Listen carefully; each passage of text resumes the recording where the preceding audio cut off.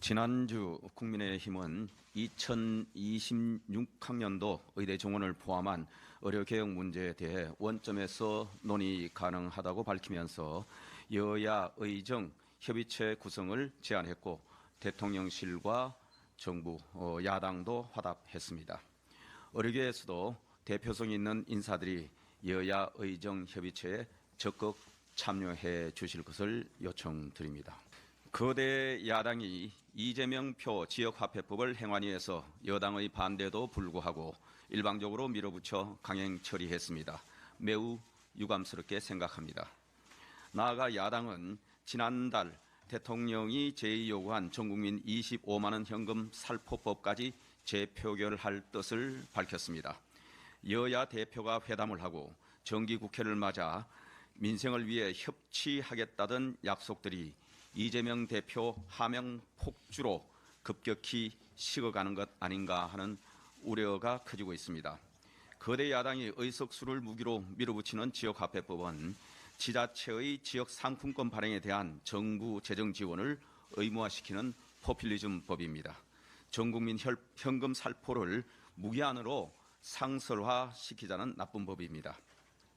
전국민 25만 원 살포법에 대해 민주당 김동연 경기도지사도 제가 지난 5일 교섭단체 대표연설에서 말씀드린 것과 비슷한 취지로 13조는 하늘에서 떨어지는 돈이 아니다라고 하면서 이 정책이 다른 모든 중요한 사업들을 포기하는 결과를 가져오게 될 것이고 2020년 전국민 재난지원금도 실제로 큰 효과를 발휘하지 못했다고 비판했습니다. 민주당은 당내 비판을 용기 있게 수용하는 민주정당의 모습을 되찾기 바랍니다. 대한민국 사법 시스템을 부정하는 민주당의 선동 정치가 점입가경입니다. 그저께는 민주당 출신 우원식 국회의장이 평산마을에 가서 문재인 대통령을 예방했고 어제는 이재명 대표와 민주당 지도부가 봉화마을에서 권양숙 여사, 평산마을에서 문재인 대통령을 만났습니다. 왜 하필 지금 민주당 대표와 민주당 출신 국회의장이 연이어 전직 대통령을 만나러 갔는지 몹시 궁금합니다. 저는 민주당의 일관된 메시지는 검찰 수사 자체를 부정하고 대한민국 사법 시스템을 부정하는 것입니다.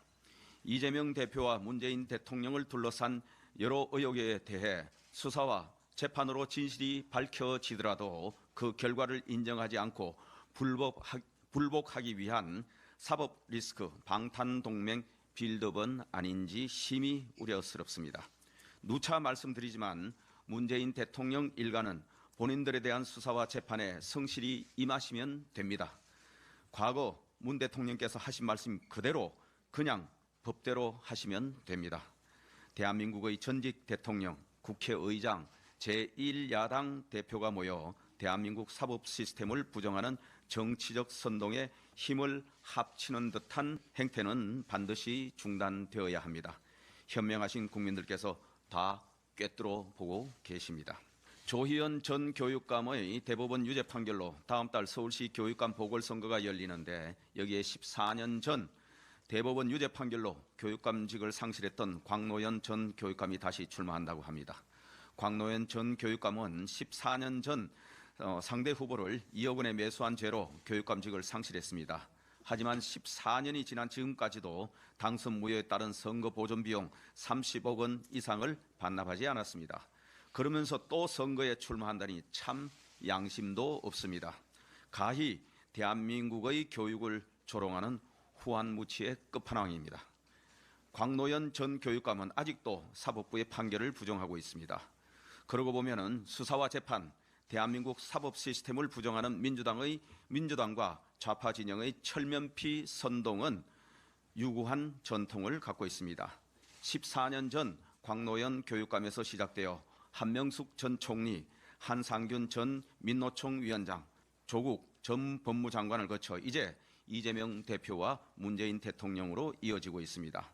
상대 진영에는 특검이니 탄핵이니 온갖 수단을 동원해서 몰아세우고 자기 진영에는 검찰과 법원의 잘못으로 뒤집어 씌우는 민주당의 내로남불 정치는 당장 중단되어야 합니다. 이상입니다.